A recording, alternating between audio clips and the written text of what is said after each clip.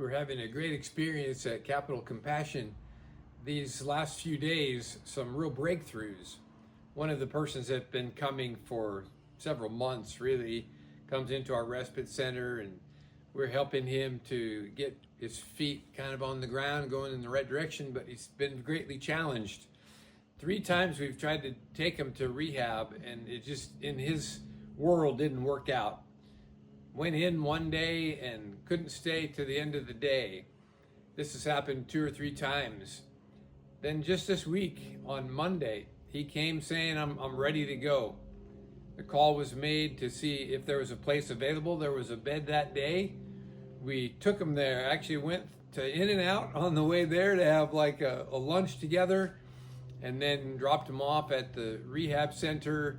It was a great connection, and here it is now, late in the week, at the end of the week, still there. Hasn't tried to exit the program, but is sticking with it, and we're really prayerful that he's going to be able to go all the way through and recover and see his life completely transformed.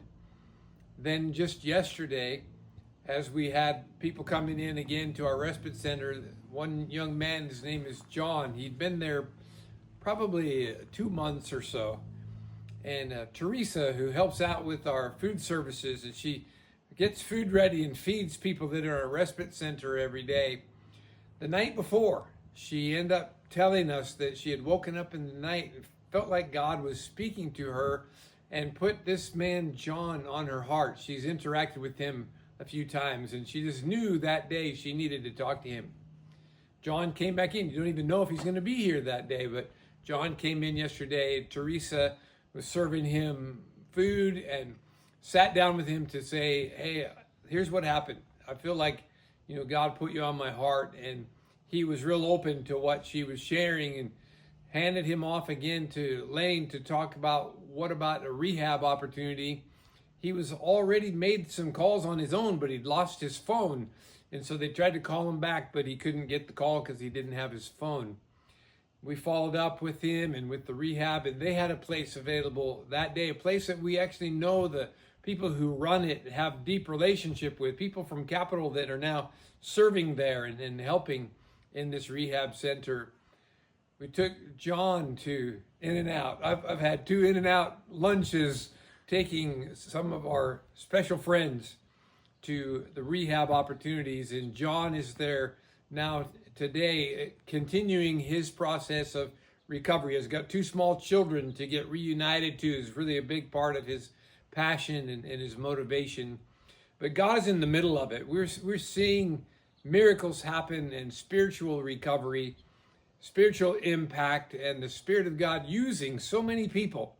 Our volunteers that God is using, the house that are coming for the food pantry and receiving food and diapers and all kinds of services, and the unhoused that are coming in our front door.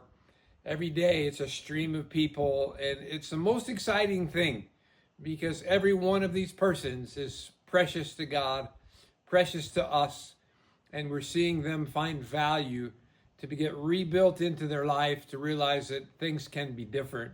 It can be different because you're helping. Thank you for that. Anything you can do to help, we're having increased opportunities, which comes with increased expenses, just to make sure we bridge the gap for those that are coming our way. Anything you can do is going to make a difference. It's already having eternal impact with eternal value. Thank you for that, for being a part of this heart of God and the Spirit of God in these very special times. Great need, but great opportunity. And God is doing the work through you, through us. And we are glad to do it together at Capital Compassion.